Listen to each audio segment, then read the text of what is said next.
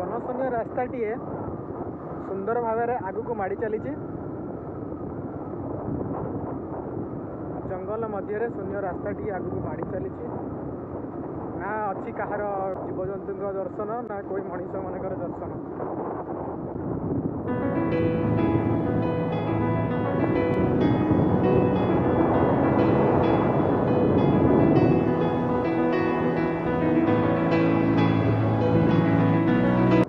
पूरा उल्टा आसले ये रास्ताटा गले आम पहुँचा ना ये रास्ताटा तो जो माँ मैंने जाऊँ कम सारिकी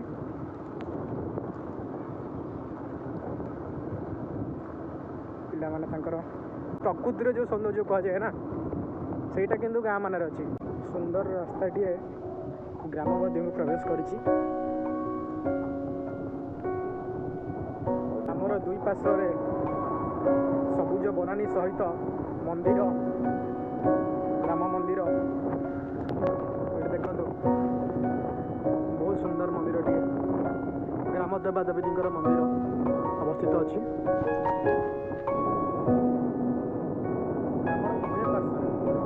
गाँव ही दृश्य देख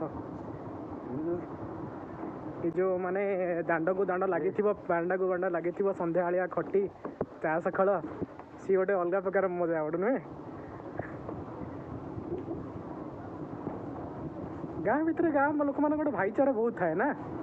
भाईचारा बहुत थाए एवं धीरे धीरे कमीगला लोक जेहेतु गोटे माने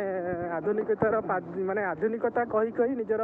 परंपरा निजर जो भाईचारा को लोग धीरे धीरे भूलिया बसिले नुहे कि जय जगन्नाथ सांग मैंने आमर ये नुआ ब्लॉग को आपण मानक स्वागत। तो आज आम आपन को गोटे नुआ जगह बुलेवा चेष्टा करूँ। तो आम जो जगह को आसीचु ये जगहटी हूँ खोर्धा जिलार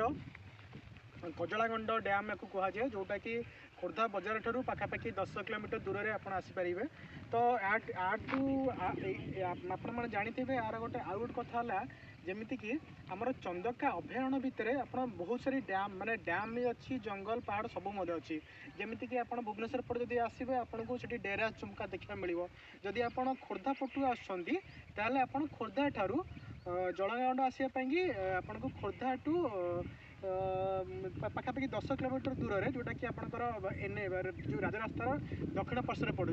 आसला कजलागंड डैम आप देखा मिले यही जगह डैमटा भी से मनोरम जो मनोरम आप पाई झुमका डेरास डैम रे।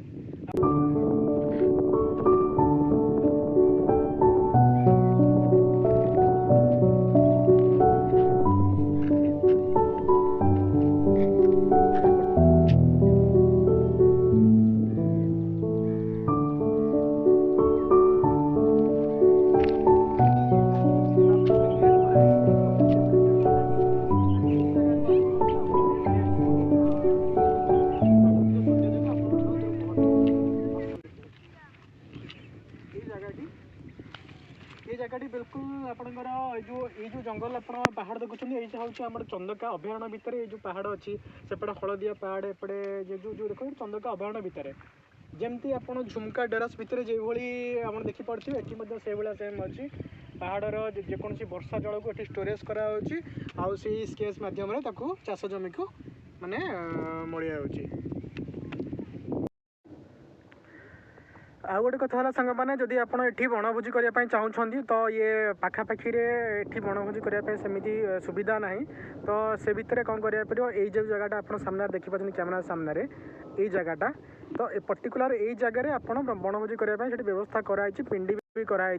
तो ये लोकाल ग्रामवासी मैंने पिंडी व्यवस्था कर बनभोजी करें करके आप प्राकृतिक सौंदर्य उपभोग करें।